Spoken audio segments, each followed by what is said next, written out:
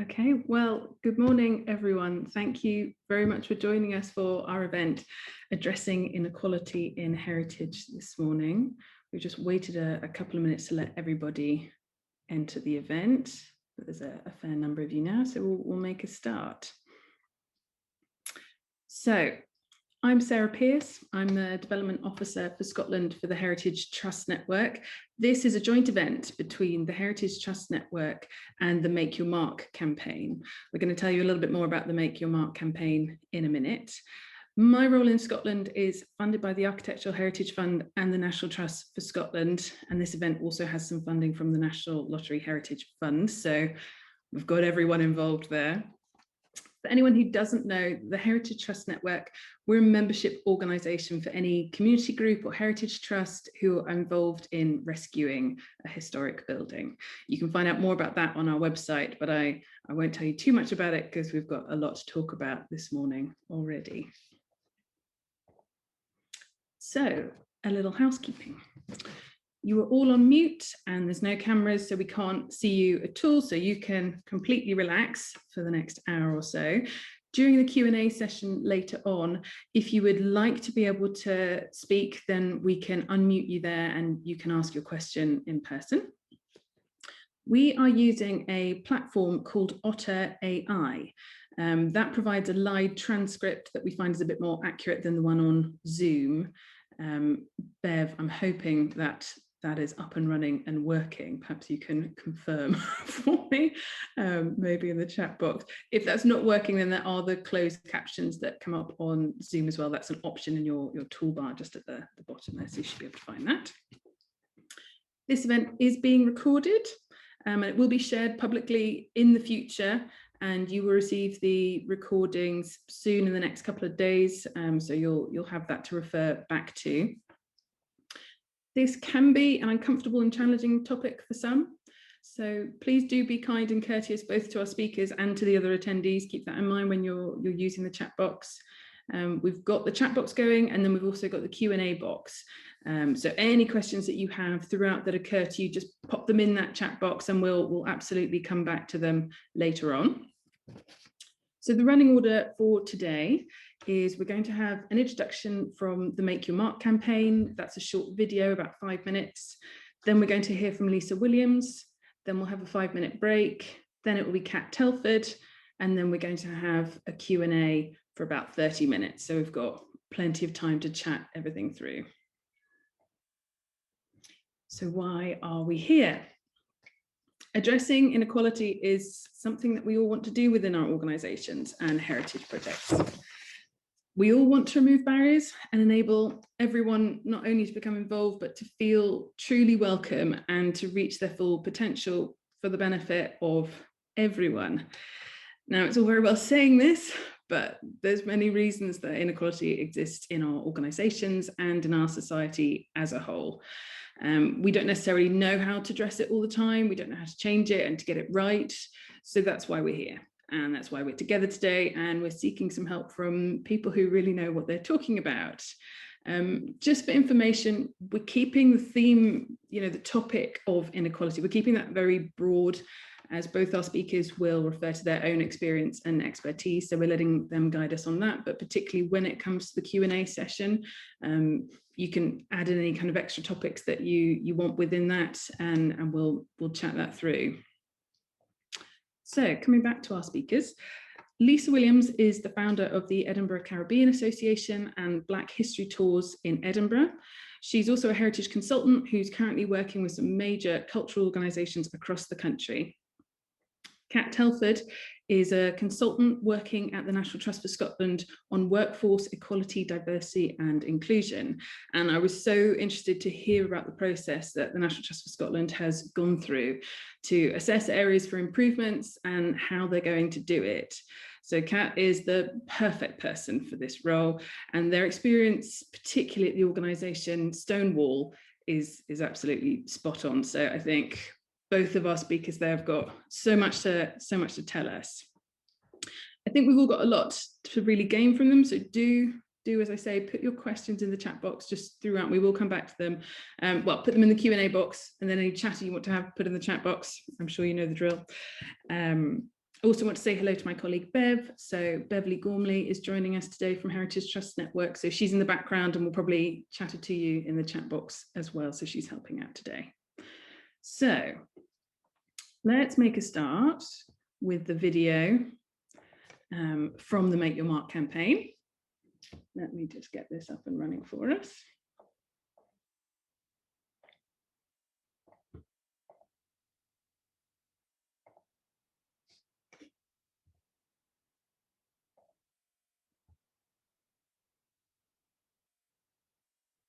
And let's hear from the Make Your Mark campaign. Hi, I'm Erin Burke, and I am the Communications Officer for the Make Your Mark in Volunteering campaign, which is one of the co-hosts of today's event. And I'm going to give a brief introduction to the campaign. What is Make Your Mark? Make Your Mark is a campaign that aims to increase the number and diversity of heritage volunteers in Scotland. And the campaign is organized by a partnership of national stakeholders in Scotland's voluntary and heritage sectors, which you can see at the bottom of your screen here. I'll give a bit of context about how the campaign came to be. Make Your Mark emerged from the recognition of continued inequities in Scottish society at large, as well as in Scottish heritage more specifically. According to the 2018 Scottish Household Survey, those most likely to attend historical or archaeological sites are men, aged 35 to 44, with a degree or professional qualification, from higher socioeconomic and income groups, from less deprived areas, who are healthy and non-disabled. In other words, the heritage sector predominantly engages with those of privilege. Acknowledging that the heritage sector has more work to do in order to engage with more of Scotland's people, why did we choose to focus on inclusive volunteering as a key way to address this inequity? We did so because there is a positive feedback loop between inclusive volunteering and equitable community building. This means that inclusive heritage volunteering can deliver benefits to both Scottish heritage organizations as well as to Scotland's people. So how does this feedback loop work exactly? Research shows that engagement with the historic environment, such as through volunteering, increases empowerment and helps to build a greater sense of place. And these are two key factors in building stronger communities. In turn, stronger communities are more likely to feel a sense of belonging that engenders a willingness to volunteer. This benefits the heritage sector in two key ways. Firstly, more volunteers increases the human resource, tools, and assistance available to preserve, restore, and animate our heritage. And secondly, more diverse volunteers deepen the complexity of the stories and the histories that we can tell. Thus, ultimately, the Make Your Mark campaign's focus on inclusive volunteering will help to address inequity and at the same time safeguards and enhances the future of the heritage sector and our heritage. So who can join Make Your Mark? Any Scottish heritage organization who works with volunteers or would like to begin working with volunteers can join Make Your Mark, including public, private, charitable, and other entities. We have a wide definition of heritage, and we welcome organizations that work with the natural and built environment, organizations that preserve and celebrate intangible heritage, volunteer-led organizations, civic trusts, local heritage and history groups, museums and galleries, historic houses and castles, libraries and archives, buildings and monuments, and also development trust associations. So why should your organization join Make Your Mark? Make Your Mark is free to join, and it also supports volunteer involving heritage organizations by connecting heritage volunteer coordinators nationwide to a peer-to-peer volunteer organizers network. This network was formerly known as the Heritage Volunteer Organisers Scotland, or HVOS, and they've teamed up with the Make Your Mark campaign. This group hosts knowledge share events every few months to focus on an aspect of inclusive volunteer management. In addition to the knowledge share events, which I've just talked about, the campaign also shares inclusive volunteering practice in a few other ways. Firstly, through the campaign's social media at Vol Organizers, and also through a regular e-newsletter that shares the latest in volunteer management and inclusive heritage practices.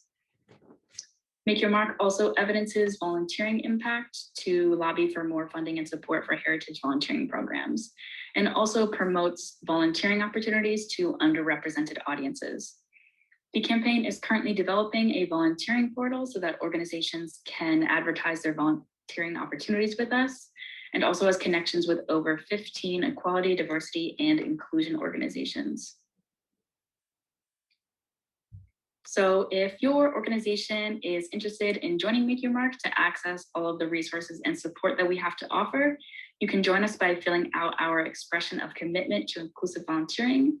This can be found on our website. It's a very short and easy to use online form. And this is found at makeyourmark.scot. Thank you all for your time today, and I hope to hear from you soon. Okay, that was great to hear more about the campaign. So let's get started with today's main speaker, Lisa Williams. I'm going to share my screen, but Lisa, do come on and share your camera. I would tell our attendees more about your wealth of experience, but I think you know it best and you can tell us about that yourself. Lisa's going to chat us through her experience of creating the Black History walking tours in Edinburgh and just further experience from her wider work. So let me just get this up and running. Okay, just let me know whenever you want me to flick through to the next slide, Lisa. Over to you. Okay, good morning to everyone, and thanks very much for the lovely welcome. So I'm going to talk you through how I created the Black History walking tours of Edinburgh, some of the issues and challenges along the way of delivering it and developing it, and where my hopes are for the future of it. But also I'm going to bring in some ideas of how to create inclusive, best practice really for inclusivity, particularly working with volunteers. So next slide, please.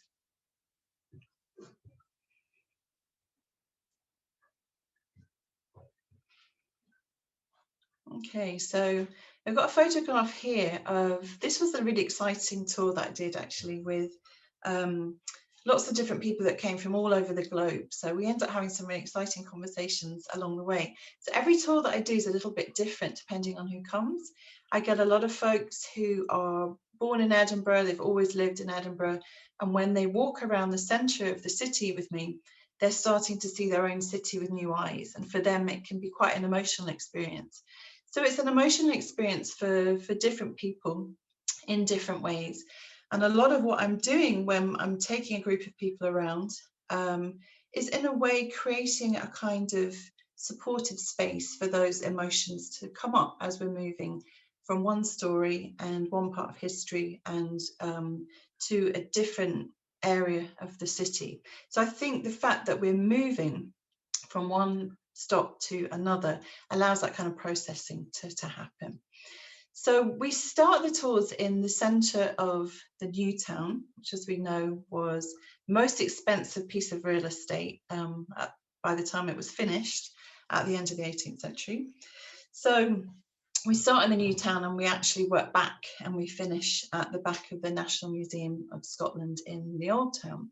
So there's something about the significance of the buildings that we're actually engaging with and starting to bring out some of the stories of the people who maybe created the wealth to allow those buildings to come about in the first place, but also the kind of psychic effect that these buildings were designed to have that particular effect on people as well. And that's not always something that we consider. We look at some of the statues, which of course are now highly contested as of last year. And we talk about some of the stories about the people who are in the statues, but also some of the people who may have been involved with that person on the other end, let's say in the Caribbean or in India or somewhere else in the world. So what I try to do is, again, talk about the story of the person on the statue, but also link it very much to the context of who they were engaging with and who they were colonizing or fighting against somewhere else in the world. So the fact that this is embodied learning makes it a little bit different from being in a setting when you're in one building itself. So the fact that you're moving, the fact that we are engaging very intensely sometimes with specific sites. So let's say there is a graveyard that we stop at, there's a gravestone that we spend some time in talking about a woman who was enslaved in the Caribbean is actually buried in the centre of Edinburgh. And those kinds of sites can create their own atmosphere and their own kind of they evoke emotions even without the story itself. What it does is give us a chance for dialogue along the way. But what I do at the very beginning is I set up a kind of framework for the tours, the kinds of things that we're going to be talking about for the next 2 hours. And I do warn people that it will be an emotional journey, so to be prepared for that as they go along. I also try to anticipate some of the questions which sometimes try to derail the stories, if you like. So I try to make sure that people are quite clear about the difference, for example, between chattel slavery that affected enslaved African people in the Caribbean with, let's say, indentured labourers who were sent from Scotland, sometimes by force, as we know, and had gone through the suffering of the land clearances and so on. But the fact that their experiences were different and they were legally different means that the legacies of those two things are very, very different today. So the reason I explain these things is to bring some clarity to the stories at the very beginning, but also try to create that link between the past and the present, and to show exactly how the past has led to the present today and the kinds of inequalities that we're still living with, both within Scotland and also globally. When we get to the end of the tour, we will leave it on a positive note, and we leave it with a call to action for further dialogue, to take these kinds of stories and these kinds of ideas, a bigger sense of Scotland, a global Scotland, if you like, into their communities, and to be able to continue these talks. So let's go on to the next slide, please. So like I said, I start in the centre of Edinburgh's new town, which was referred to as the Athens of the North by the time it was built at the end of the 18th century. Now, the new town has 320 addresses that actually show up on the slavery compensation list. And this is when former enslavers, not the enslaved, were compensated for their so-called property on emancipation. So basically, emancipation occurred in most of the British Empire in 1834, but the people who were enslaved on plantations actually had to stay on those plantations for several more years in most of those Caribbean colonies. And it was referred to as the apprenticeship system, where basically you had to stay on a plantation, you're still not getting paid, but it's now called the apprenticeship system rather than slavery. So this was met with a huge amount of resistance, and it was dismantled early. So by 1838, most places had got rid of their apprenticeship system at that particular point. What most people don't know is that how people were compensated in Edinburgh, in Scotland, in the rest of Britain. Scots were actually overrepresented on that list. People in Edinburgh overrepresented on that list. People in the new town itself were also overrepresented on that list. £20 million was borrowed by the government in order to give those payouts to those enslavers. And there was quite a bit of scandal in 2015 when the Treasury put out a tweet, which they quickly retracted. And basically it meant that most people in Britain realised that taxpayers in Britain were still paying off that loan right until 2015. The other piece that people don't always know is that £27 million was actually due to be paid back by formerly enslaved people themselves as part of that apprenticeship system. So when I'm talking about this at the beginning of the talk, people are often quite shocked.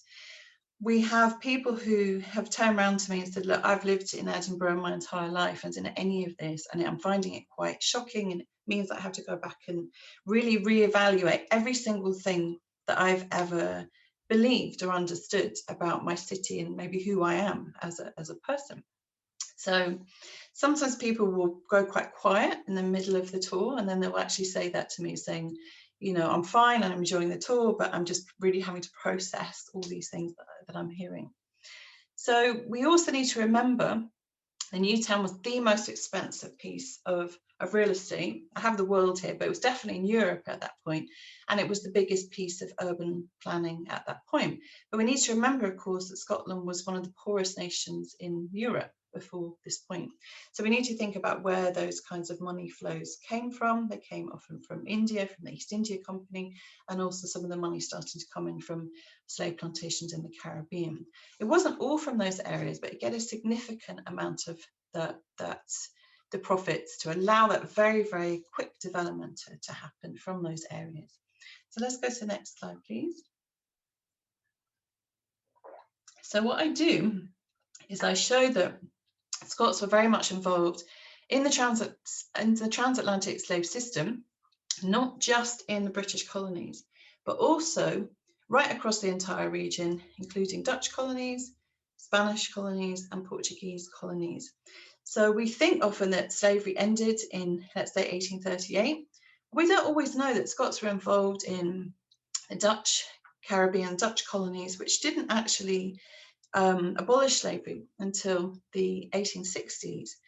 And then Brazil actually had slavery until 1888. So we're starting to get, you know, close to the 20th century. So next slide, please. So we start here, it's controversial, Melville Monument. It's been a huge site of attention in the last year or so. One of the myths that sometimes people will come up with is to say that we must be very careful about not taking the present lens and placing it on the past. And that is just what people did then, that is just how they thought then. And one of the things that I try to really highlight is that very many people at the time, especially working people, who were very, very against slavery, but they didn't have a voice. There were working class people who were oppressed, often by the very same people who are oppressing people in the colonies as well. A lot of these monuments at the time were extremely unpopular. Working people didn't want them. And even the Melville Monument was part of many years of wrangling about whether this monument should even go up in the first place. Even the rich people that lived around that monument in St Andrew's Square itself. He was referred to as the uncrowned King of Scotland. I won't go into his story at the moment. There's been a huge amount of debate around whether he was a gradual abolitionist or whether he was somebody who was trying to impede the end of the slave trade. So this is not slavery itself, but this is just actually the trafficking of African people across the Atlantic, which was abolished by the British in 1807, eventually. This was several years after Melville had been removed from positions of power. So he actually orchestrated military missions. It's in fact the biggest military mission to have ever left Britain, which a lot of people don't know about, to crush a lot of resistance that was happening against slavery right across the region. And then to actually go and reinstate chattel slavery in a place like Haiti, where the Haitian Revolution had created one of the only, really only fully successful rebellions or wars of resistance, a full war of resistance against slavery, where people were emancipated. And people like Henry Dundas and many Scots who were involved in leading the armies and the navies at that particular time, Army and the Navy, went out to try to reinstate slavery and take the island from them for the British, for example. So to call him an abolitionist, it doesn't make any sense at all. So let's go to the next slide, please. So we talk about the Haitian Revolution. This is Cecil Fataman, who was one of the original ringleaders of the rebellion when it started in 1791. There are very many women involved in resistance. And I think sometimes it's difficult when we're working in heritage organisations here to actually be able to get hold of dignified images of people who were resisting against British colonial rule, and particularly against Scottish people who were, like I said, often part of the military.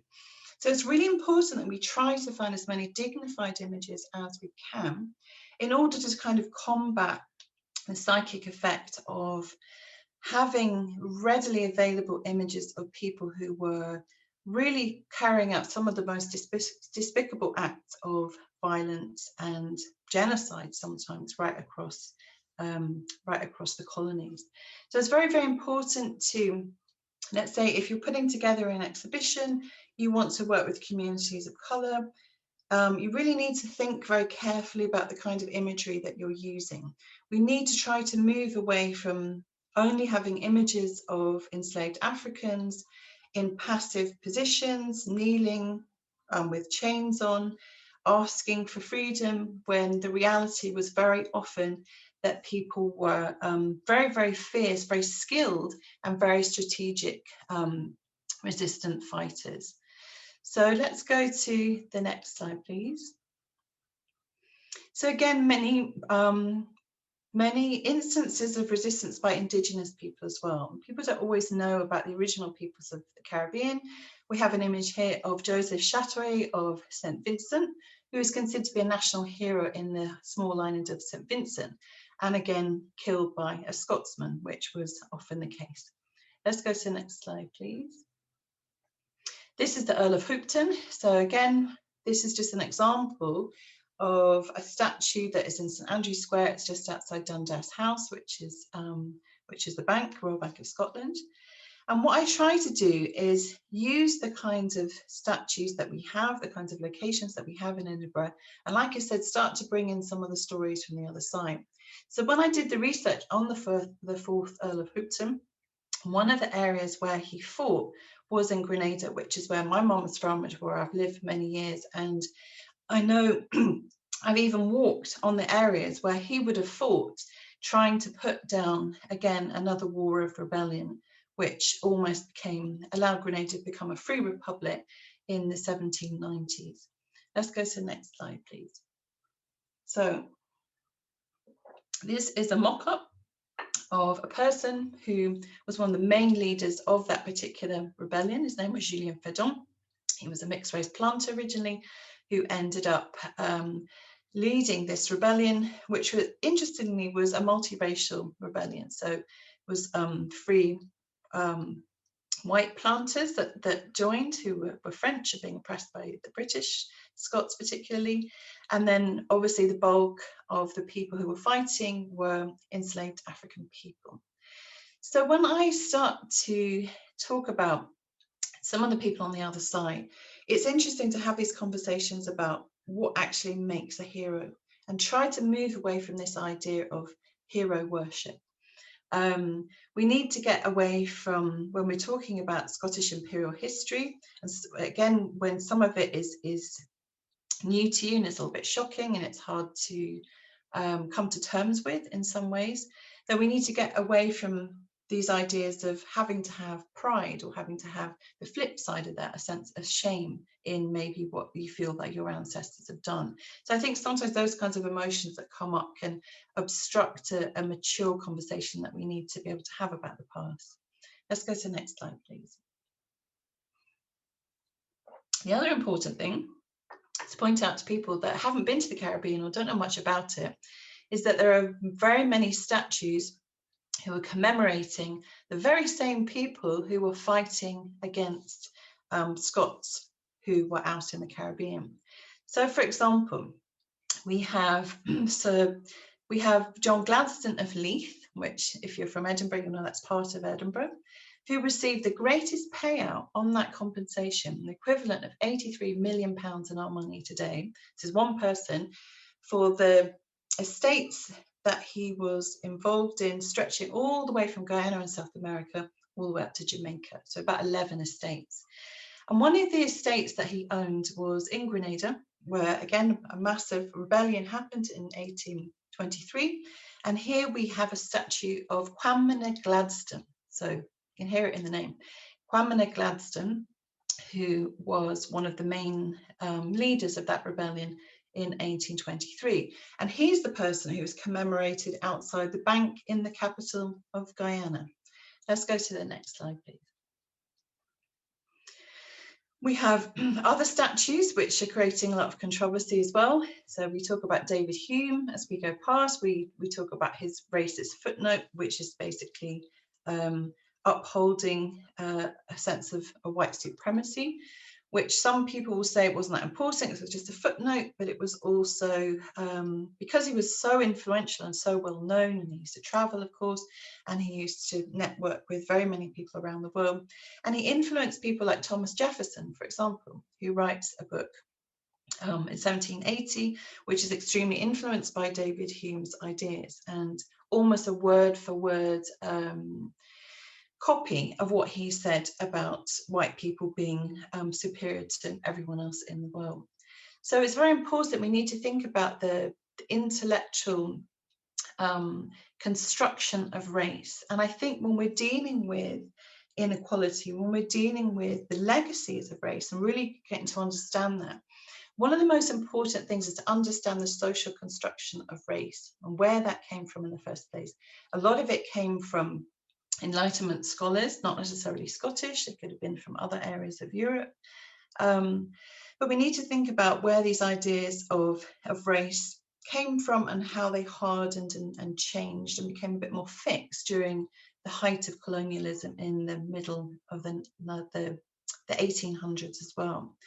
If we think about the Barbados Slave Code, which was something which very specifically said that people of African descent were the people who were going to be legally enslaved, had absolutely no right to life, were considered property, not considered human.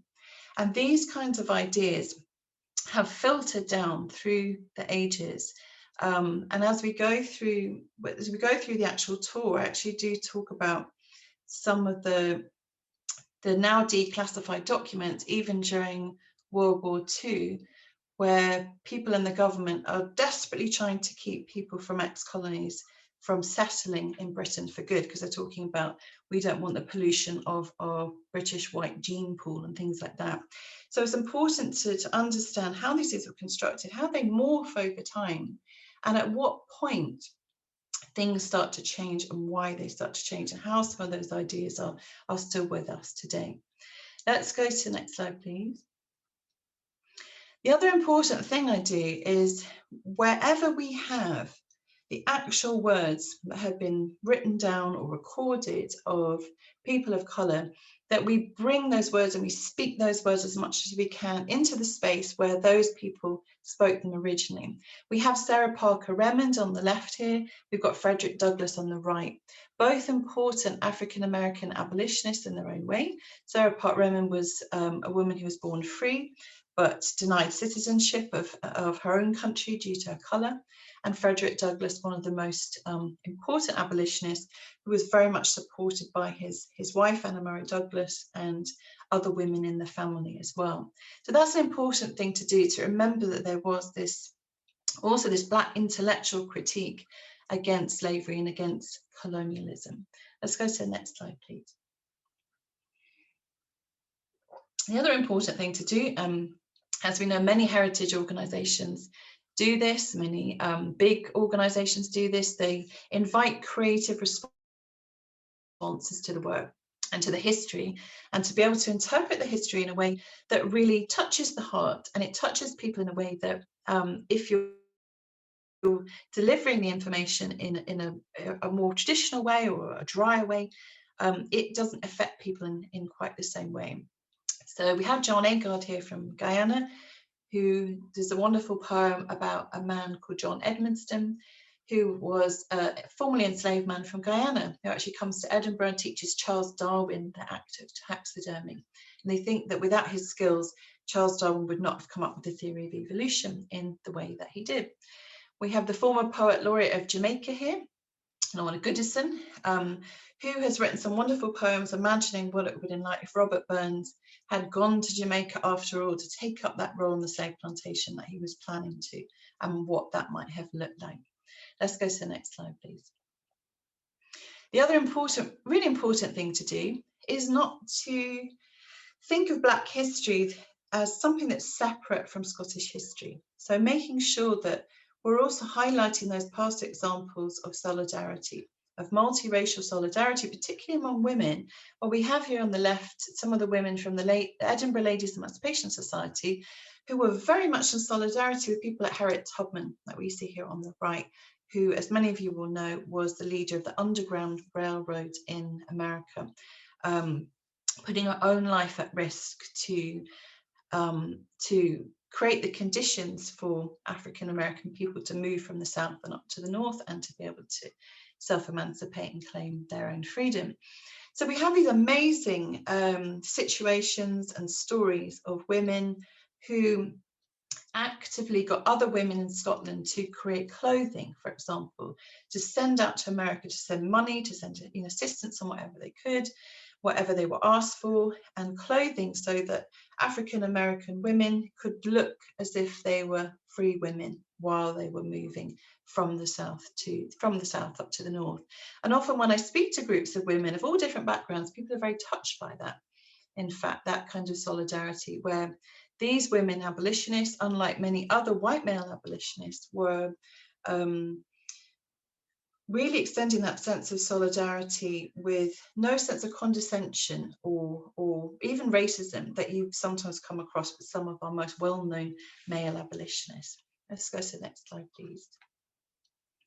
The other important thing to do is to make sure, if you're not sure about where to find these stories, is to look for perspective and scholarship from other countries. So to get a perspective on how people look at Britain or how people look at Scotland from the outside, as much as you can, read articles and read books from scholars coming from the Caribbean or coming from India or coming from Africa, will have a very, very different slant and perspective on history, which will make it very much easier for you if you're trying to create an exhibition or if you want to have a partnership with communities of colour who probably would be coming with a similar perspective on Britain, having their own lived experiences, intergenerational memories of a very troubled relationship with the British state on lots of different levels. Maybe people's grandparents coming here during the Windrush generation treated very badly. My own grandfather, for example, stowing away as a teenager on a boat in World War II to come and fight for the mother country and being treated very, very badly and being racially discriminated against and refusing to come back and fight for the World War II. Let's go to the next slide, please. So ending the tour is really important. We end with positivity, we end with high notes, we end with stories of power, we end up with stories. For here we have an organisation that was set up in Edinburgh University at the turn of the 20th century, the Afro-West Indian Society, and this is a group for people of Caribbean and African origin who were studying at Edinburgh University and went on to go out into the world and do amazing things for their countries. So I think, yep, that's the end of the tour part, and then I just have a few things to mention on the next few slides. So next one, please. The other important thing to do, especially if you're working with volunteers, is to create pipelines. So for me, when I'm working, I'm always thinking ahead of the next year or the year after that, and thinking about how, even if something's a one-off project, it doesn't end there, that you stay in contact with people, you make sure that they're aware of these possibilities coming up, and you also create a pipeline for capacity later on, which also builds community as well. So one of the projects I'm actually just doing right at the moment, as you can see, it ends at the end of the month, is a project I put together called Masked Words, where we're bringing together traditional carnival masquerade, which is the kinds of the kinds of characters that come out of Caribbean folklore, which is acted out on the street in various costumes, and those costumes are handmade normally. And they often involved an area of performance. So that could be a speech, that could be silent movement, but it could be something that people in the culture very much understand and look forward to year after year. So it's a 1-month course. What I've done is set it up so some of the sessions are online because of COVID.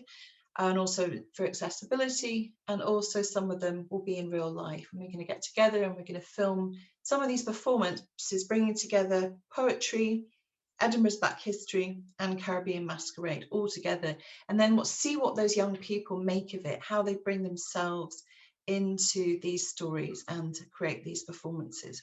All the tutors are of Caribbean heritage. It's going to be filmed for the Edinburgh Festival Carnival, so we'll get a big reach at the end.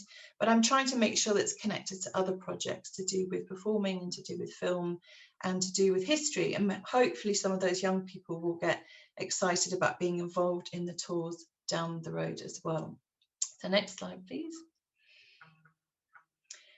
So I started my own original experience, my own education when I was 18.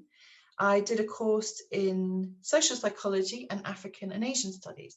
And it was a very, very specific course at the time, which no longer exists, where we had a chance to work in a interdisciplinary centre. So we would learn everything from Caribbean history to literature to economics and so on. So we get a real chance to be able to blend all of these different ideas. But it was very much about critiquing this Eurocentric view of history that most of us will have grown up with in Britain. Several years ago, I took a course with the Coalition for Racial Equality and Rights across in Glasgow and the African Motion Film Festival, put on a great short course called Recovering Scotland's Black History. And this is something obviously people have been looking into for decades, hasn't always been credited. That's a very important thing to do, to make sure that you credit people who've done the work before, so it doesn't look like you're just coming in pretending that you've stumbled across this information that other people have, as long as you know of that scholarship. So also, make sure that you try to find out if other people have done this work beforehand. So a lot of it is from my own research as well. I've got a great deal of help from different scholars, Scottish scholars and Caribbean scholars, which has been wonderful. I did lots of test runs. I took out friends as guinea pigs and to sort of see what would be interesting and different locations we could stop at. And it's evolving as we continue. So I started for Black History Month, but then I continued it through the year as well. So doing private tours, particularly for school groups, which is very exciting, working with teachers and working with pupils, which is very rewarding, and get some really good questions from the young people. Let's go to the next slide, please. And a few challenges along the way, but not as many as you might think, actually. More joy than anything else. I have a great passion for what I do, and I get a really good response from people, and we learn together as we go along. I didn't have any funding in the beginning, so I did it totally off my own back. I think my kids were a bit neglected for a while. I spent a lot of time delving into that research and then getting it out on the street. And one of the important things, I was very, very honoured to receive an honorary fellowship from Edinburgh University a couple of years ago for the research I've done in this area. But it wasn't just for the research, it's about taking this information and getting it out onto the street and making sure that we have this kind of two-way conversation with people out there, and you're not hiding up this knowledge and information in the archives or in a university. Sometimes there's challenges on the content, because there's an awful lot to say, and it will change depending on people's particular interests as well. Sometimes you've got to be careful about how you deliver this sensitive material, so sometimes you've got to warn people about the kinds of things you're going to say, or make sure engage people's emotions and expressions, so you're not going too far. Because to be able to tell the truth about this story, you do have to talk about some quite upsetting things, and sometimes you've got to know where that limit should be at that point, because you never really know what that might trigger in people who are on the group. So like I said, working with schools and youth groups is very, very rewarding. Working with all kinds of young people who are not afraid to ask questions, and they're really good at making links between the past and the present. And I get some wonderful messages from young Black people all around the world. Like, sometimes I just wake up to a really unexpected message on Instagram from a young Black curator just starting out in museums in Canada, saying, I've been really inspired by your work, and now I want to go into heritage. So I think it's really important that we do show examples and show role models and show different ways that we can approach heritage. So next slide, please. I'm just coming to the end. Different ways to be fully inclusive, and we can talk about this when we get to the Q&A. Really important that you learn about the history of Britain, and I say Britain, but Scotland specifically, about race, the construction of race, and also about the realities of empire on other people around the world. And allows you to practice perspective taking, to think about how somebody on the receiving end might talk about this in an exhibition or in an institution or within a community. Creating long-term partnerships with groups of Black people, people of colour, and particular individuals to make sure that you're really developing this sense of trust. Like I said, making sure to credit people's work and really insist that there is, if it isn't payment itself, you don't have the budget for that, that you're creating some sort of very, creating benefit sharing that is of use to that person, whether that's access to archives, whether that's access to networks or whatever it is, and making that very explicit. Linking these opportunities to create long-term pathways, and also really exciting your present volunteers as well. To make sure that they're excited by this history. Some of them might be very conservative, some of them might be racist even, but there's a way of working with people, I think, gently to begin with, to start to change their mindset on how they think about their own history and make it exciting for them. Don't feel like it's like you're taking anything away from them. I think creating buddy systems can be really good, pairing people up with similar interests, but maybe coming from very different backgrounds, which may lead to long-term friendships. And also thinking about whose story is it, making sure that you are not gatekeeping information because you find it upsetting, making sure that people have that readily available to them, and especially if you're talking about stories of specific people's heritage, making sure that you are not hiding away that information. Let's go to the next slide, please. And that is just my contact details if you want to get hold of me. Lots of different ways that you can get hold of me there. So I've finished my presentation for now. I'm really excited to hear what Kat has to say next, and thanks very much.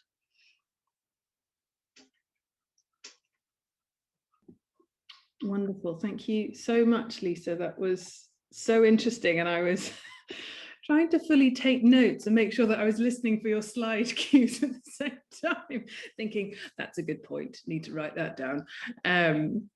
I think what you've managed to do there is actually give us a presentation which was kind of part history tour, which is so interesting, but then also part, these are the things that you can do and this is how you could do it, and all the kind of top tips and information to share. So thank you very much for kind of providing both of those things, because we've absolutely learnt on two accounts there, which was fantastic. There's so much even in there. I think even just things like the walking tour element. I think we all know that it's so much easier to have difficult conversations when you're walking side by side with someone, opposed to looking at them straight across a table. You know, we all do that in our personal life. You go for a walk and have a chat. So that's really interesting, and I think there's lots there that our heritage trusts and community groups can take away and think about.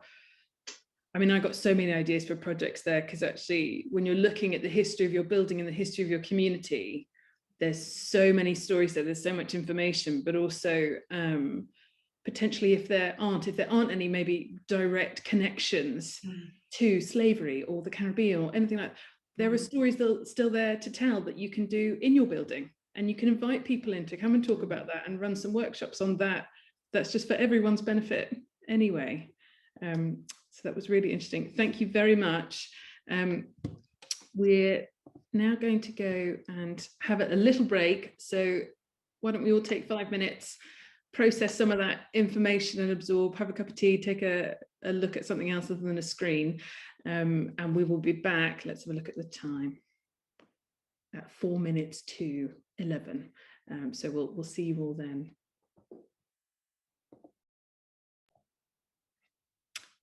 Hi everyone, welcome back. Hope that was a good enough few minutes just to move around, stretch your legs and do something a little bit different.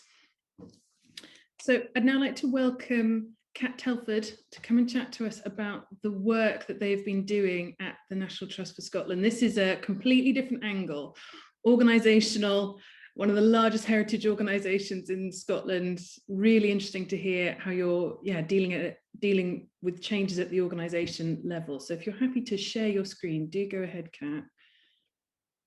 And it's over to you.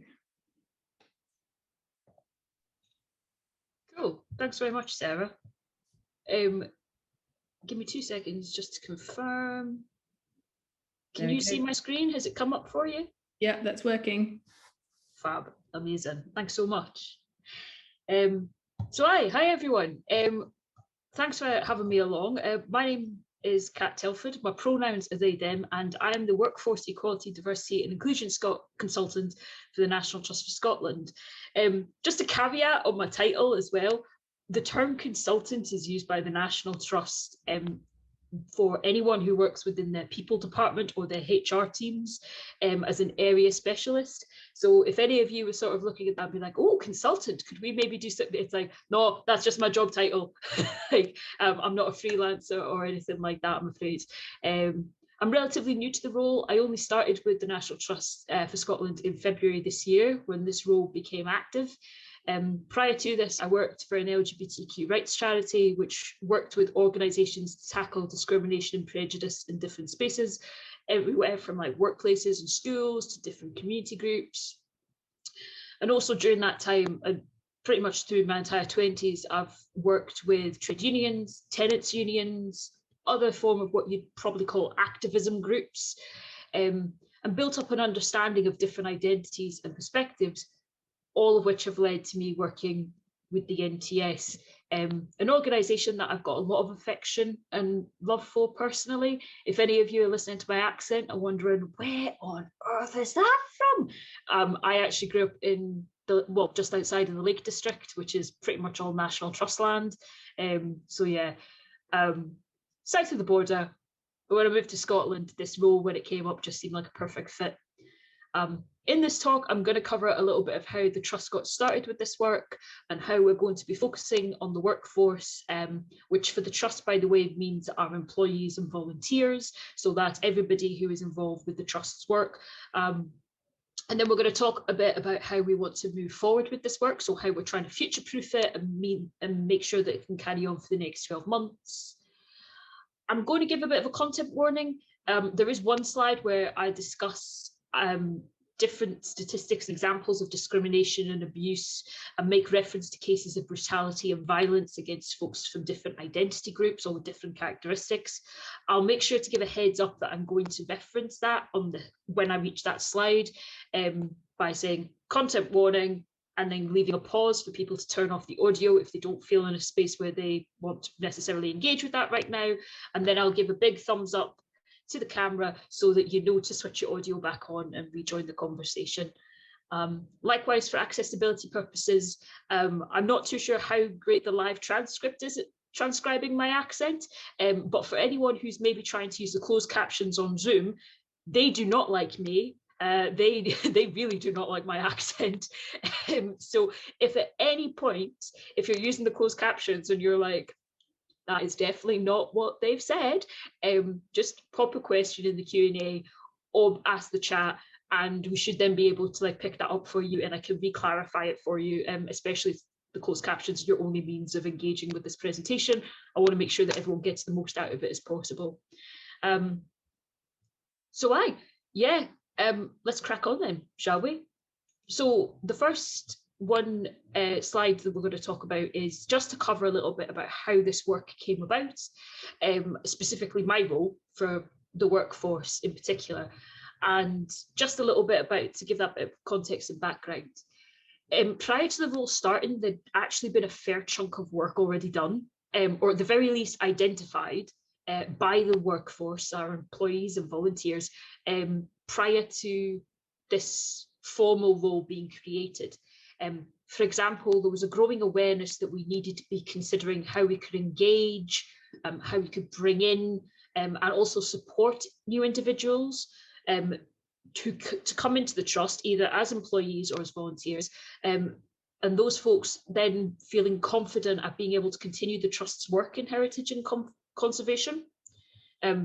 While our 5 values, which are being caring, being brave, being curious, vibrant and inclusive, are all merit-worthy in their own way, they do suffer from a bit of like buzzword syndrome, in that it's slightly tricky to demonstrate how these particular values are lived in someone's day-to-day operations. In late 2019, the Trust's board agreed to set up a task force that would look at equality, diversity and inclusion across the whole of the Trust, and how it could improve its practices in our different areas of work to be more inclusive, and especially look at what current challenges or barriers were in place for people trying to access our work and how those could be dismantled. We're also really lucky within the Trust that our Chief Executive is fully on board with this work and has given a clear mandate that he expects to see this work being carried out across the Trust. Quick note on access, actually. I'm using that in its broadest term possible. So it's not just about looking at if we provide support for folks who may need some adjustments to accommodate like different conditions and impairments, but it's also about asking, like, do individuals feel that they are represented or that they are seen within the Trust's work? Does the Trust actively promote its inclusive value to others who may expect us to not be welcoming of certain identities because of the Trust's past or because of previous interactions that they've had at different sites or properties? Is our work relevant and readily available to folks from only one demographic, or is there space to improve this? Content warning for anyone who is wanting to turn off their audio, please do so now. So the urgency to address these sorts of questions really came to light last year, where we saw some truly horrific events happen that sparked actions across the globe, such as the murder of George Floyd and several other Black men and women in the US by members of the police force.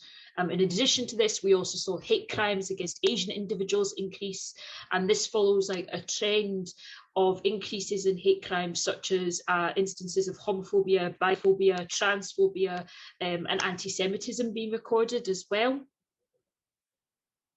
Welcome back to those who've joined the audio. This isn't to say that this means that these things that happened never existed before 2020, because as anyone who's experienced not being part of the ideal white, cis, straight guy with buckets of money sort of demographic will tell you, this stuff has been happening tragically for decades. The difference in 2020 was that this was a powder keg moment, and it triggered a whole avalanche of conversations within workspaces which had previously never happened before, particularly those conversations pertaining to identity and power dynamics within the workspace. And not just conversations about power dynamics between colleagues, like, you know, like managers and folks who report into them, but we also saw conversations about internal practices matching your external practices, what happens when a conversation paradigm shifts and you introduce external voices into internal conversations, what those external voices can teach us, how we can broaden out those different opportunities for like collaboration on different projects, which I would argue was quite a positive thing to come out of such really awful circumstances. And within these sorts of massive conversations that are taking place within our society, it was recognised by the National Trust for Scotland that they had a need for specialist knowledge around workplace inclusion in particular. There was some really great work going on with our external facing work, such as the Facing Our Past project that has been run for the last year. But this expertise that was present in that project wasn't really present in terms of engaging and supporting a workforce. So that's why I'm here. When I started, the Trust very much had identified already what it is that we wanted to do in the first 12 months of someone being hired, and these fall into 5 key strands of work. So there was establishing a baseline assessment of our workforce diversity, engaging our existing workforce with ED&I in the workplace, a tangible, positive organisational culture shift. There was about identifying and delivering a wide range of sustainable, visible initiatives that are of practical support and value. embedding ED&I thinking into things like our people strategy, volunteer and employee policies and procedures, just so that we have confidence that they are supported, but also so that it makes sure that it future-proofs this work. And there was also a thing about assessing where we're at currently in this work and what small changes could be identified that meant that we could quickly implement those and help nudge along people's thinking on ED&I in the workforce. So for the next few slides, I'm going to break these down a wee bit to explain what essentially we wanted to do, like what the main gist of each strand is, the business case for doing these bits of work, and what the trust recognised it needed in order to succeed in delivering this work. The reason I'm doing this is just because I found in previous experience that idea sharing can be really useful. I'm going to give a disclaimer though.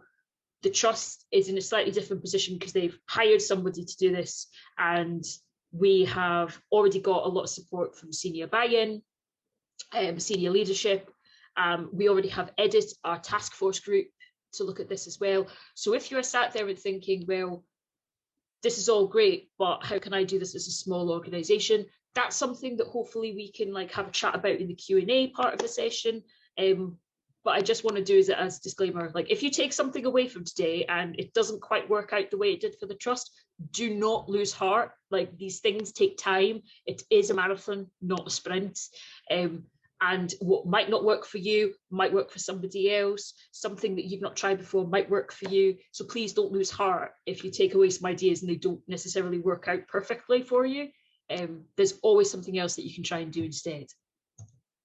So let's talk about baseline data. Fun times. I'm not a huge statistics fan. I'm much more about telling stories, but I do understand that it's important to collect data to show who makes up our workforce, because for a lot of people, data is a big cornerstone for helping them understand that there's a need for something. Evidence shows us that collecting things like monitoring data, so that's information around folks' disability, their trans status, their age, their race and ethnicity, religion and belief. If I've missed any of the ones off the common monitoring form, I'm sorry, but you get the gist. So evidence shows that collecting monitoring data helps organisations understand the needs and experiences of their staff. It can reveal where there might be barriers to staff given access to opportunities, and can also show where there might be gaps at different levels of your organisation. So for example, if you're somebody who has a board and senior leadership team that's entirely made up of men, that could then lead you to ask you a couple of questions like, well, why is that? You will, I guarantee, have women or non-binary folk who definitely fit the criteria for being in those senior leadership positions. So start asking, like, what are the barriers to people put themselves forward? How can we move forward with that? What's important if you're going to do this kind of work is understanding of the systems and procedures you currently have for collecting data. This data is covered by the GDPR Act, which means that there are hefty fines if you get it wrong in terms of collecting stuff. So what I would do is make sure that you've got help with supporting and maintaining data in line with your legal requirements, so it can be kept as best as possible, but also ensures that you're able to report on it accurately. And also working on your narrative so that your employees and volunteers understand why this data is wanted by the organisation and how it will eventually translate to helping them at work. Quite often it's just seen as, oh, well, it's just my organisation being nosy, I don't want to tell them nothing. And it's like, that's fine, they don't have to tell anything. But actually, if an organisation explains their position and why they want to do something, I tend to find that most people are like, oh, all right then, so you're not doing it for nefarious purposes, that's all right then. You know, it just requires a bit of transparency with it. Second strand was around workplace culture shift. This for me is the strand that I love the most because it's about telling stories and how to engage people. We want our employees and volunteers to not only engage with the work, but understand how this work applies to them. So by this work, I mean our ED&I stuff. Why do we want to do this? Well, there's a moral perspective, which it's the right thing to do. There's also an economic or productivity perspective as well. Studies showed that if individuals who were in an organisation felt that they were accepted, they didn't spend as much time wasting energy trying to protect themselves from what they saw as potential prejudice or discrimination. And because you're not spending all that time trying to protect yourself, you actually can spend it on doing stuff instead and doing bits in your job, which is great for the organization, but also means that people have more job satisfaction. They're more likely to remain loyal to an organization. So there's just like a huge economic and productivity perspective, like sort of buy-in for that as well. There's also your brand and reputation perspective. So for example, you might want to use the phrase, it looks good to your members, or it looks good to people who are coming in. But there's also something around, if your staff actively reflect the society that you are working in, folks from that society are more likely to want to come in and be a part of it. If they can't see themselves in that work, then they're going to think, well, what's it to do with me? So why should I bother? There is also a legal perspective. If you're an organization of a particular size, and even if you're quite a small organization, there are still things like, for example, the Equality Act 2010 that you should be compliant with. So again, there's not a lot of people like to rely on the legal perspective, and I understand why, because the moral perspective of things like it's the right thing to do, it's us being inclusive, those are all kinds of things that bring in more people. They're things that people connect with on an emotional level, and therefore there's that real buy-in for that. In terms of sustainable or visible initiatives, this is about getting as many of our employees and volunteers to actively engage with the work. And we've decided to do this around some key days during the year. So you might have seen like on lists online of like awareness days and stuff. We're going to be structuring involvement with our employees and volunteers around these sorts of different awareness days. In particular, creating different workforce groups based on characteristics, so a bit like staff networks, so that people can get involved in those groups, and then they will work towards putting on something or creating some resources or talking to their colleagues around particular days of awareness. It'll all be centrally managed by our people department. So if anyone's sort of like, oh, well, how are you like managing all these different groups that are going to be created? It's basically going to be have a central point for them all to report into. So everyone's ideas and enthusiasm is really vital for doing this, which is why it ties into strand 2, because if people are engaged with this work and they understand the benefit of it, they're more likely to want to get involved. It also is kind of based on this principle that I found from Benjamin Franklin, which is tell me and I forget, teach me and I remember, involve me and I learn. We as humans will retain and do or repeat behaviors and exercises if we are involved in their creation or involved in their work. If we can't see the relevance of it, we're not likely to retain that as an information. So that's why we want to do this as a very practical, hands-on piece of work. And going beyond that tick box exercise to something that people can sort of see like, oh, this applies to me in my daily work, on my daily role, here's how. One of the important things about this as well is that previous knowledge of previous initiatives can be really helpful for this. So if any of you are in a group where you've tried to set up like a staff workforce group before, one of the most common things that would come back to me in my previous job was, well, we tried doing this and nobody wanted to do it, so what's the point? And it's like, well, yeah, like it might have been that people didn't want to do it, but the next step is to ask yourself why. Why do folks not want to get involved? What are the blocks? What are the barriers? What are the challenges? So pessimism is great. It can provide a real sense of realism to this work. But as my mum would call it, needless pessimism is not what we're after here. It can be useful as a tool to identify challenges and barriers, but it's important that folks feel that they want to engage with this work, and part of this is putting on like a positive piece for it as well. Strand 4 is about our policy, our strategy and procedures. So this is about locking this in for a long-term setup. As I said at the start of the presentation, this plan is for the next 12 months, or like from March 2021 up until February 2022. We want to ensure that this work obviously continues beyond 2022. It's a marathon, not a sprint. I personally am seeing this in like a vision of like 10 years for the trust. minimum. Ways we can do this is making sure that we've got equalities objectives embedded in the trust strategy for the next 10 years. We want to have a broad approach to equality, diversity, inclusion that goes beyond just people resources or human resources. I always try to explain to people that ED&I is something that affects every single person, because ED&I is essentially about human beings and human beings interacting with each other and human beings being able to be involved with their work or involved with their cultural groups and things like that. So it's not just about being like, you know, a tick box exercise of, oh, we must treat people like this and we must treat people like that. It's about actually, how do you as people function? How do you respond to things? How do you operate in your environment and all these things, which means that it goes beyond just the remit of HR. It's actually about you and your daily role and exactly what you do. And that can be a bit daunting for folk, to make that switch from it being a purely theoretical thing to looking at it in very practical terms.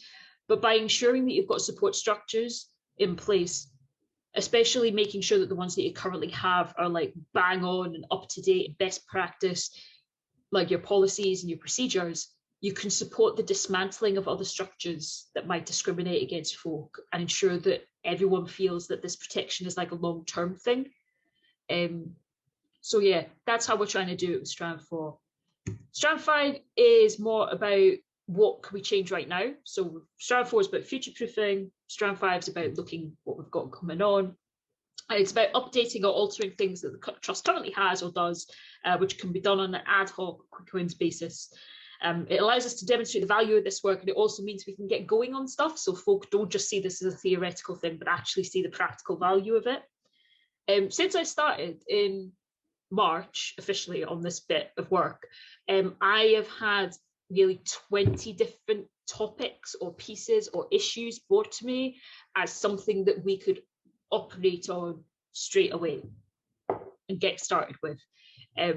So that works out to like what, 10-ish, 9-ish a month. Maybe I'm not the best at maths, but someone can probably tell me.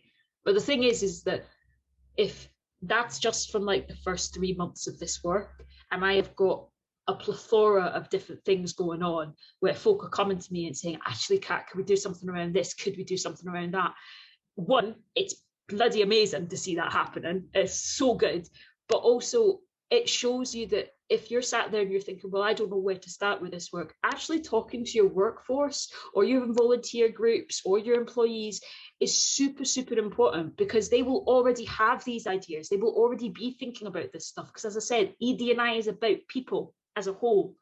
So I like definitely just have a chat with people and see what you can do with them as a way to get started. In terms of moving forward, as I said, our main priority is to get this put into the Trust's corporate strategy. For me personally as well, I want to ensure that we've got an intersectional approach to everything. If you've never heard of intersectional theory before, it's basically ensuring that you don't see things in one dimension. Most folks, if they have different characteristics, because human beings are complex and very rarely fit into just one box, they will face multiple different forms of discrimination or prejudice based on the different identities that they've experienced. An intersectional approach to ED&I looks at the entirety of all those discrimination and barriers, how they're layered on each other, how they might intersect and uphold one another, compounding those different inequities that people experience. And an intersectional approach to ED&I will take all of those as those big things and then carefully start dismantling them so that they dismantle across the whole board, not just for like one particular characteristic. This means fundamentally that we need to be led by our workforce. There will be some identities that really do struggle within the Trust, and those are the ones that we are going to try and support as a priority. But it's about our workforce feeling confident and sharing that with us and telling us about their experiences. There's no point me, as someone who's an area specialist, coming into it and saying, right, here is a list of things we're going to do. What's the point in that? That's about as useful as when I lived back in England and folk would be like, oh, our London office have told us to do this. And I'm like, all right, so London have clearly never seen that we can't, you know, travel somewhere in 20 minutes or whatever, because it takes us an hour to get by car. Like, you know, it just doesn't make sense.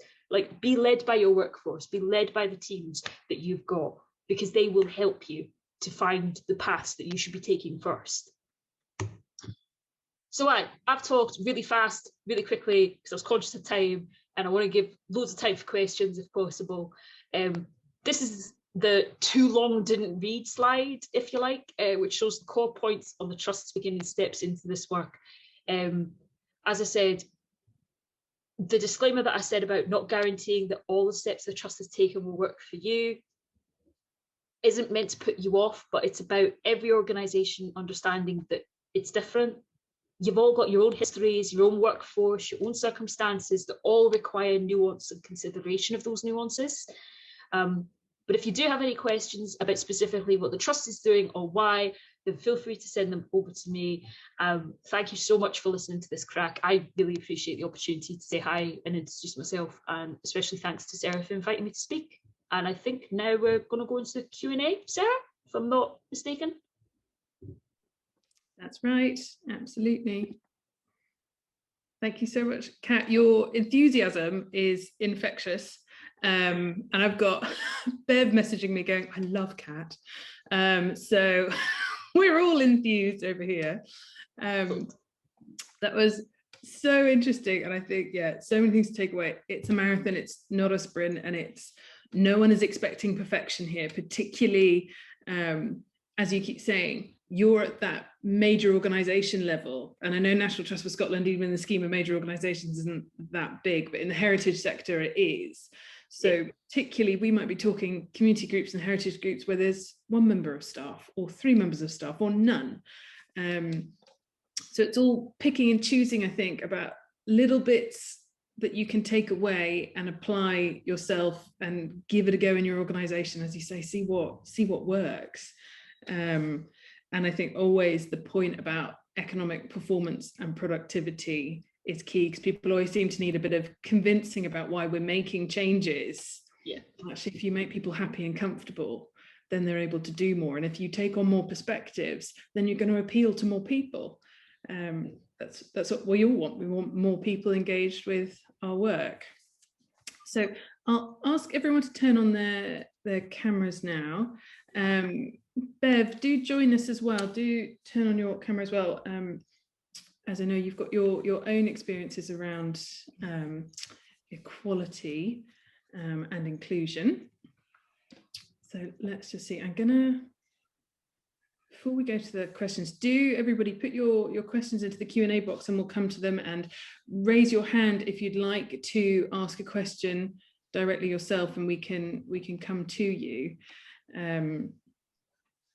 I think one question I wanted to ask from the start is, we're always suggesting to groups that, you know, if they want to know what people want, then they need to go and ask them and speak to groups directly and speak to people directly and find out what they need. Do you have any advice on how to do that without them putting the onus on that group or that individual to lead the way or to come up with the solutions and the answers? Because I think sometimes it can be a bit like you're just passing that on to someone else to do for you. Any thoughts on that? Bev, come on in. Hello. I suppose I'm coming at this from a disability perspective. And I found that if anyone's ever approached me to ask for advice on, you know, involving disabled people in their engagement plans, or, you know, trying to get them to visit sites or to make things more accessible, it's just been a case of I've advised them literally just to go to a group and be really honest and just ask them what they think, what their thoughts are, what their lived experience has been, and just to be completely out there and not put any pressure on them, you know, to sort of take hold of it and run with it themselves. But it's just being honest. I suppose I've had experiences in the past where, well, one experience in particular where I visited a site up in North Yorkshire, and I've never been back there since because of this experience. And it was literally a paid entrance ticket. And I got to the front of the queue with my family, and I've got an artificial arm, and they had discounted tickets for disabled people. You know, no mention of you must be disabled in a certain way or anything like that, which would have been awful even if they had put that. But at the front of a very long queue, to then be asked to prove my disability in front of a lot of people was such a huge off-putting experience, and it stayed with me forever. And you could just tell that organisation hadn't been out to, you know, their users or their visitors and actually asked, you know, how they could tackle, you know, that sort of ticket pricing question. So yeah, I think it's just being honest, being open, and just being quite open that you're asking for their advice and you really want to take it on board. Sorry, that was a very rambling answer. No, that was great. And it's having an element of sensitivity. Think about what you're asking people. You're not asking people to prove that they're a student. You know, it is different and it needs to be handled differently. Yeah. Lisa, I don't know whether you have any thoughts on that. I think what I've noticed recently with heritage organisations that have reached out to specific community groups of colour, the reaction often has come back as we're quite weary at the moment of being asked suddenly in the last year, being asked for a lot of advice and answers. I think people are glad to be involved, but they need to know that the information is going to be beneficial in the long run. And I think if you can build up a relationship where you're encouraging people to come into the heritage organisation, get a special invite, get a little bit of special treatment somewhere, whether it's a, you know, whatever it is that's important to them or they will find helpful or beneficial. I think that's important to do. To also to make sure, I think what sometimes can happen, and it isn't always intentional, it happens sometimes just because of bad habits, or sometimes it's just a lack of forethought or a little bit of laziness. Sometimes the worst case scenario is this: people's perspectives, people's experiences, very specific knowledge is asked for and written down and used by the organisation. Organisation goes away and applies for funding. Let's say it now goes and works with a much bigger organisation. Those people are then totally left out, and that kind of very specific and useful information that they couldn't have got otherwise very easily is now benefiting them, and those people are left out. And people remember and people talk, and I think if you can avoid anything resembling that, then you're on, you know, it's all about building trust and goodwill and long-term relationships in whatever way you can. Yeah, so you can quite literally ask for help on inclusion and then exclude that person going forwards, and it's absolutely damaging. Yeah, great. That's so helpful. Now we've got a number of questions in the chat box, so let's go through those. In Lancashire, there was huge support. This is more of a history question, but we'll start with it. In Lancashire, there was huge support by the weavers of the blockade of the cotton imports to the UK during cotton famine. They were prepared to starve in support of the slaves in their situation. Was there similar support in Scotland? Just on the history side, Lisa. Yeah, sure. And people are very proud of that even now. It's quite an amazing story. Now, as far as I know, there wasn't anything quite the same in Scotland. Now, Scots fought on both sides of the American Civil War, fought for the North, they fought for the South. You had quite a few of the Confederate leaders ex-Confederate leaders who came to Scotland afterwards because of that kind of kinship. The Scottish connections with the South are very, very strong. They came to Scotland to recover. What from that period, you've got these ships leaving the Clyde, the specially designed, very fast ships leaving the Clyde. You've got 25,000 men employed in the yards at the end of the American Civil War. You've got 3,000 men on the ships. It's creating a huge amount of employment that they really didn't want to give up. And some Scottish historians think that without them funneling arms and food to the Southerners, that the Civil War would have finished quite a bit earlier than it did. So it actually dragged it on by a couple of years. Having said that, you've got a lot of really important and radical Scottish abolitionists, both men and women, and Black abolitionists who were very much welcomed in Scotland as well. And you have a boycott not so much by the working classes, but you have a boycott by the middle classes who could afford to easily give up things like sugar or cotton, but they're making a political statement in the way that they can. You often had children within these families who are the ones urging the parents not to ever touch slave-produced sugar, and they're very, very strong about that. So you get this kind of like child activist kind of movement in the sort of 1790s, so it's before that period. It's interesting. It's kind of what we're seeing now with climate change, isn't it? Yeah, People exactly. saying we have to do something about this. Yeah. That. Kat, one for you. Could you give some examples of what practical hands-on initiatives look like? Like what sort of activity, and are there any that have worked particularly well? I wonder, maybe particularly with your staff teams, are you running workshops or anything? So we're doing a number of different things. One of the ones that we're keen to get running this summer are workshops which are going to get people used to just talking about equality, diversity and inclusion issues. I'm kind of spoiled in that I spent like 5 years talking about my identity. So I'm really comfortable talking about the fact that I'm queer, I'm disabled, I'm comfortable about talking about my experiences in those circles. And that's actually quite a good thing for me. But for the most folk, it's like, well, no, they kind of just run away and freeze up or panic. And they're like, oh, well, how do we talk about this? And it's about getting folks a bit more comfortable about talking around different identities. One of the big things that I always have is I hear folks saying to me, I just don't want to get it wrong. I just don't want to upset people. I don't want to frighten anyone, or I don't want to make anyone feel that they're not safe. And it's like, that is really admirable. It's wonderful, but you're human and you're going to mess up sometimes. Like a more useful skill is to like get folk comfortable with using language, get folk to understand how to apologize efficiently, because you're going to have to use that as a skill at some point. We all do. But also encouraging folk to come out of this thing where like you become frightened of making mistakes. That's the key thing, is that you are going to potentially get stuff wrong. You might make assumptions. Guess what? You're human. That's what happens. But the important thing is that you then recognize that and go, what do I do differently? Like, I've done this wrong. I'm really sorry for that.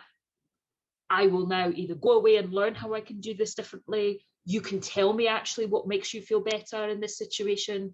Like, you know, it's about just understanding that that's how you get those skills.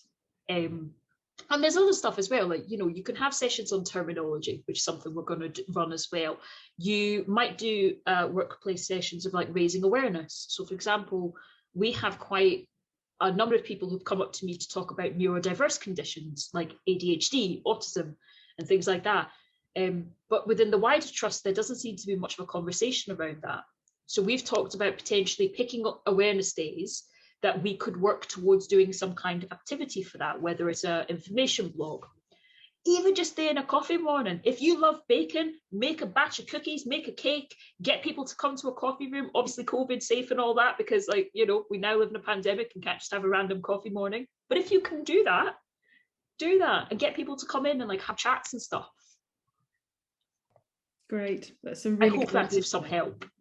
Yeah, absolutely. And I think one of the things I was thinking about is, you know, for everybody who's on this event today, you're all going to get the recording after this, and it will be broken down into short presentations. Even something you could do is go and watch it with your colleagues and then have a chat afterwards, have a meeting afterwards, and just discuss it. And I think one of my questions I was going to ask is about people often saying it's a tick box exercise.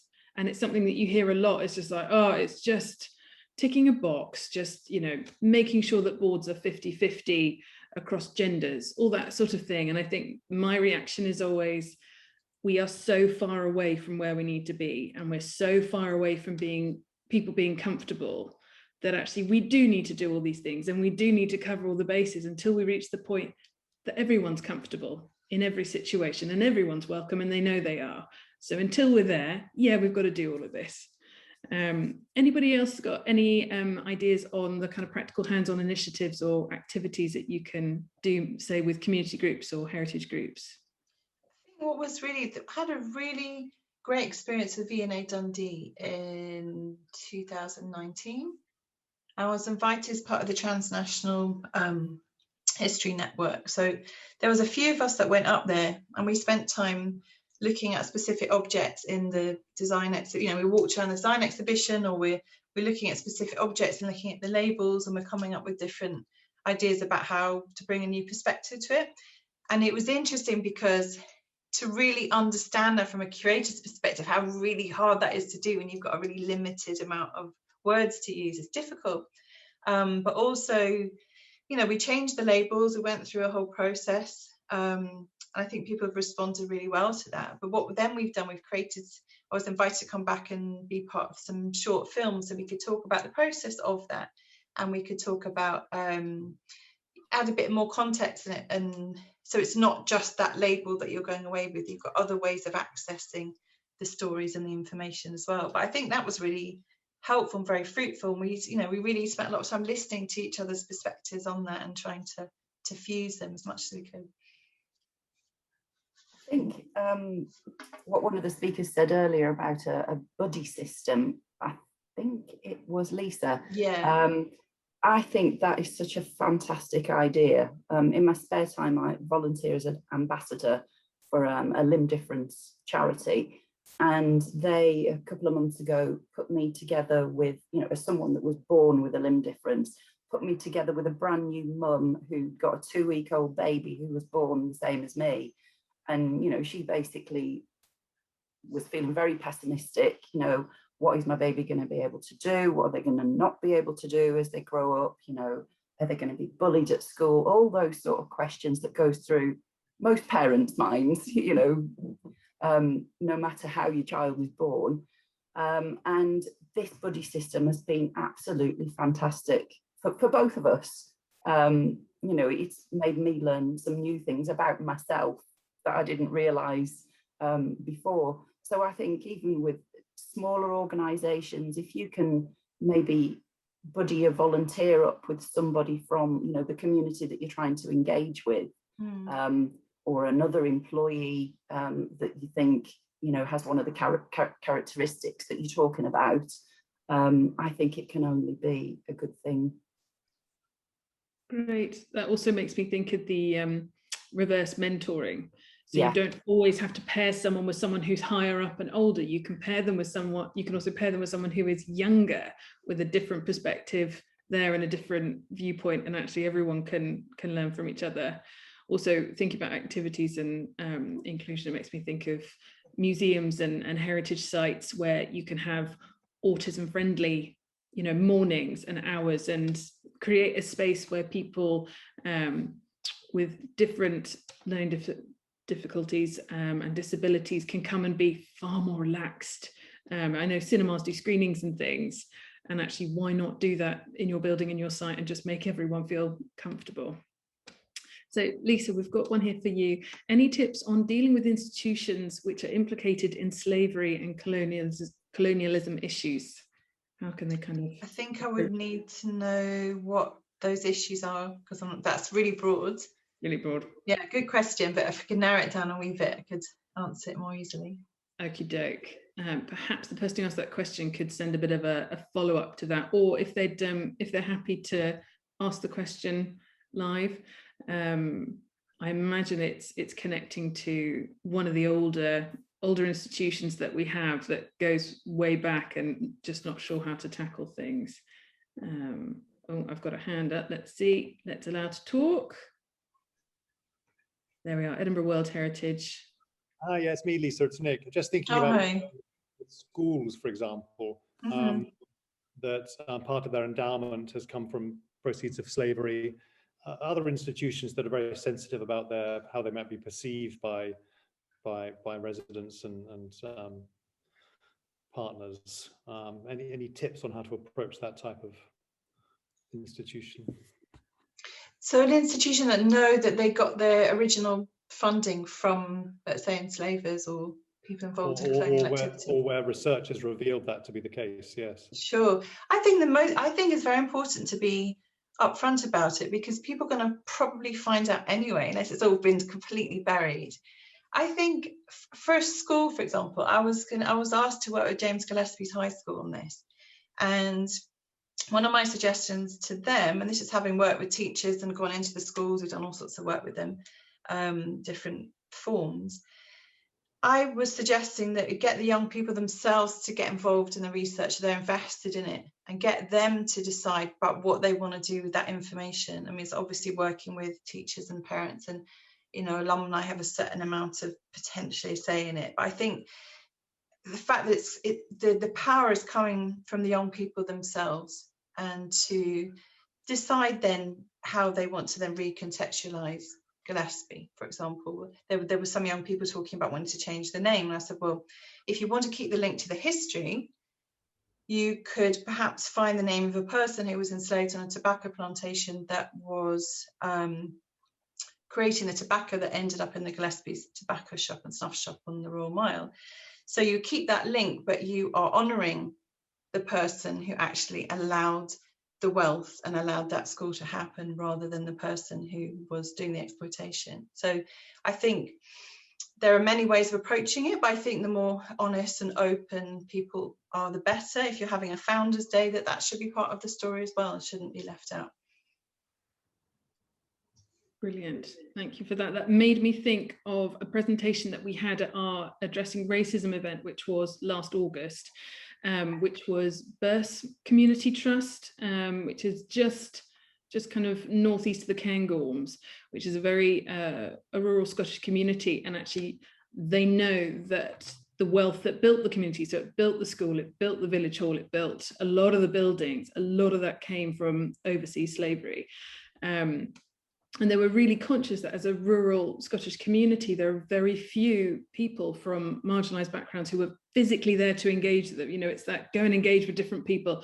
There aren't that many different people about how can we address this, and how can we open this up and educate everybody within our area. They ran a really fantastic research project and created a publication, but they connected with schools in the Caribbean, I believe, who were, you know, from the communities where that wealth was exploited and where it came from, and really raise that awareness so that everybody in the community are aware of it and were part of this project. And all the young people, all the children in that school, therefore have that full awareness, and wherever they kind of go in the future, they're taking that with them. So I'm just going to post in the chat box the link to that presentation. What I'll do, it's a YouTube video that you can watch. When I send out the videos and recordings from our event today, I'll send the link to all the recordings from our Addressing Racism event, and you can have a look at those as well, because there's some really great case studies. So lovely. Nick, I don't know if you wanted to say any more on that, or whether you're happy with that.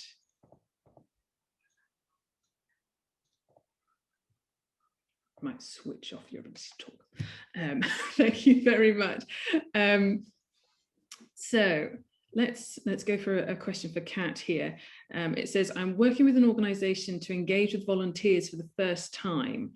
Do you have any top tips for ensuring inclusive volunteer recruitment?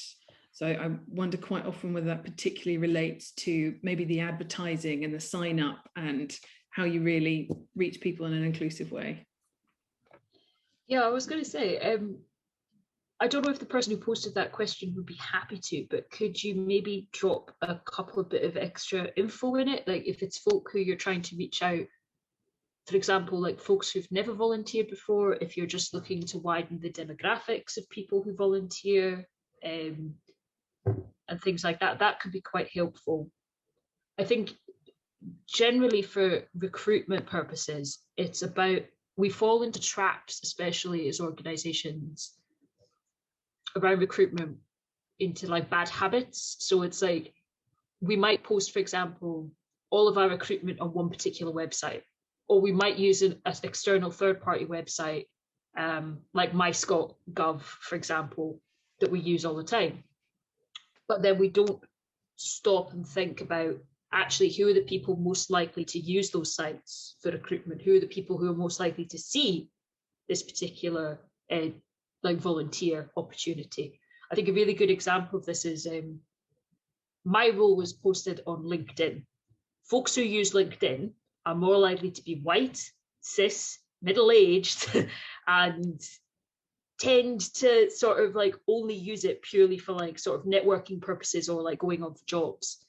I have a friend who works in theatre and arts, where they had always been posting their things in particular arts magazines and stuff like that for their positions. And she'd said, well, how about we try and actually put it out like on different social media accounts? They were like, well, why would we do that? Because it's an official opportunity. And she went, yeah, but if you're a young person, you're not going to sit on like an arts website for ages looking for volunteer opportunities. You want something quick, you want something fast.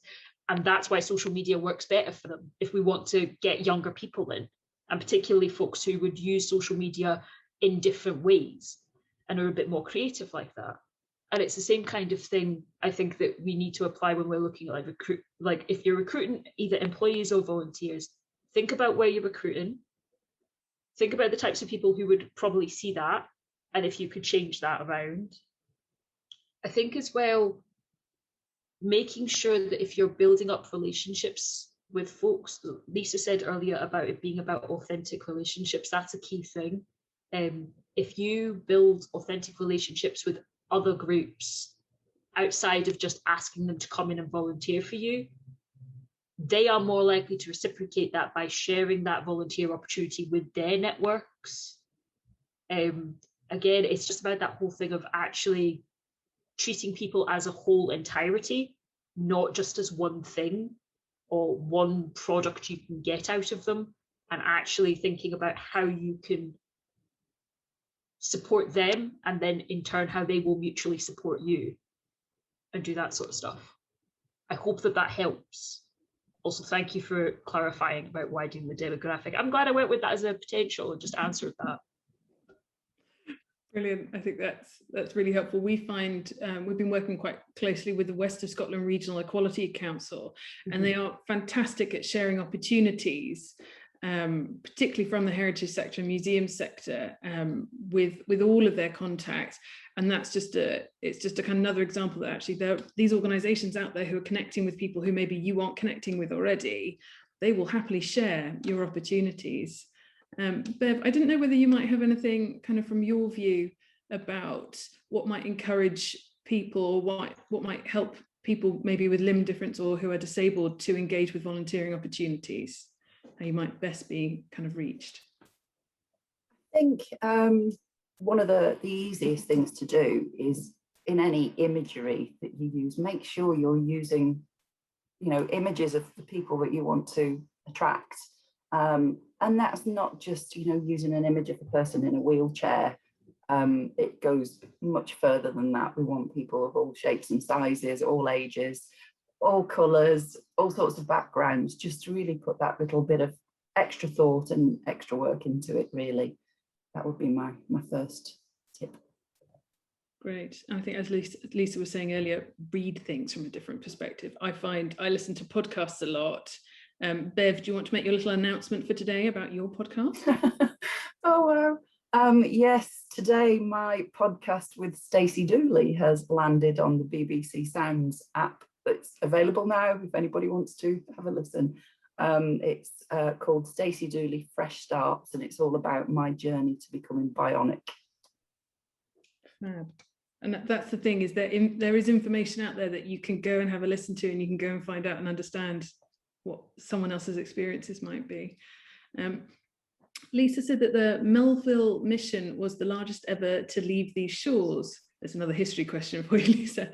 Was it bigger than the D-Day invasion force, even its British element? What I could tell you, it wasn't just Melville alone. He was working with Prime Minister Pitt, his good buddy. And we're looking at about 40,000 deaths of British men alone in that mission. And this is a period from 1793 to 1798. And quite a lot of the deaths happen because of yellow fever, not just from fighting as well. But if someone's got the figures at their fingertips for D-Day, we can make a comparison. But yeah, huge military mission that went on for several years and left out of Portsmouth, generally in England. Great, thank you for that. That's the kind of questions from the attendees answered. So if you've got any more, do add them into the Q&A box. One thing that I was going to ask the speakers is just if there's one thing that you would like people to either take away and think about, or one thing that you'd like them to go away and do to help kind of increase equality across their organization, what would your kind of suggestion to be? Just to give you that to think about. Go on, Bev. Shall I go first? I think the one thing I would like people to really get ingrained into their heads is that ED&I, it's a little bit like what I would say about accessibility as well. It's not just a tick box exercise, as was said earlier. This sort of work improves the lives and experiences of everyone, you know, not just the people that you might have in mind, it's everybody. And as with accessibility, if you make a place or things online more accessible, you're making them accessible for everyone. So it's exactly the same with ED&I. People's circumstances change over time, over years. You know, you might be in a position now where it doesn't really apply to you, you feel, but it could do in the future. So that would be my one thing. Lovely, thanks, Bev. Kat, do you have any one thing for people to take away? I would say, in a similar vein to what Bev has just said, ED&I is fundamentally about the humanity of people. It's about ensuring that everybody is able to live with dignity and respect as a fundamental piece, whether it's like in their workforce or in their wider society. And actually, if you are guided by that principle of ensuring that everybody who you are working with has dignity and respect, that will be a fundamental guiding principle for you as you run on this marathon. Lovely, thank you. That ties in. I know Emma Griffiths has put into the chat box about basic human decency, and that's kind of what's running through for everyone. Lisa. Oh, I'm going to squeeze 3 little things in one. They are connected, I promise you. It's really important that you protect people. So when they come in, you want to attract them, but then you want to make sure and keep retention. So you make sure that you're protecting people from any, for example, let's say racial slurs or racist language or frosty kind of welcome or that kind of thing. So you make sure that you have prepared your existing volunteer base and workforce to make sure that that doesn't happen.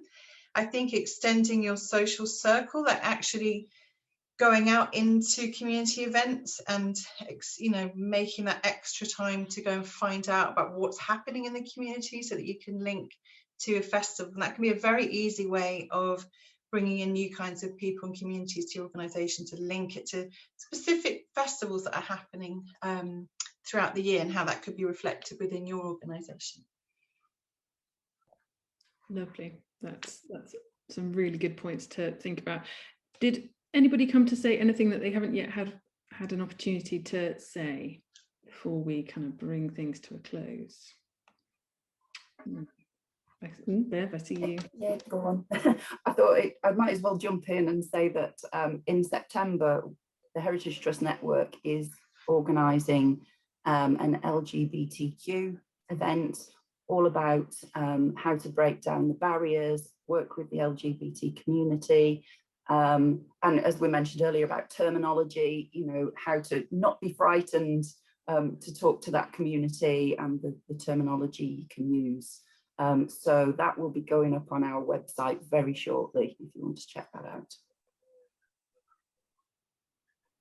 Brilliant. Lovely. I think that's us. We will draw to a close then. Thank you very much to Lisa and to Kat for those fantastic presentations. I think those will stay with HTN for a long time because they're going to be so helpful. We'll be sharing those on our member platform, and the Make Your Mark campaign will be sharing those as well in due course, but they'll just be sent to the attendees for now. So I'm just going to share my screen again. Thank you very much. And we'll also, when we contact people, we'll make sure that we point them to your websites and your contact information so they can reach you. Thank you very much. Lovely. So I'm just going to share my screen one last time. she says. There we go. So thank you everyone very much for joining us. Thank you to our funders at the Architectural Heritage Fund, the National Trust for Scotland and the National Lottery Heritage Fund, as well as the Make Your Mark campaign. Lovely to be able to host this event for them and with them. There will of course be a survey that we're sending to you, and it's going to ask you lots of questions. So that is of course for our funders and to help us to make sure that we're reaching people that we want to reach. And to hear from you, give us all your feedback. That's what it's for. We're really interested to know what you thought. And yes, as I say again, you will receive all the recordings. The recordings will have full subtitles. My apologies for that.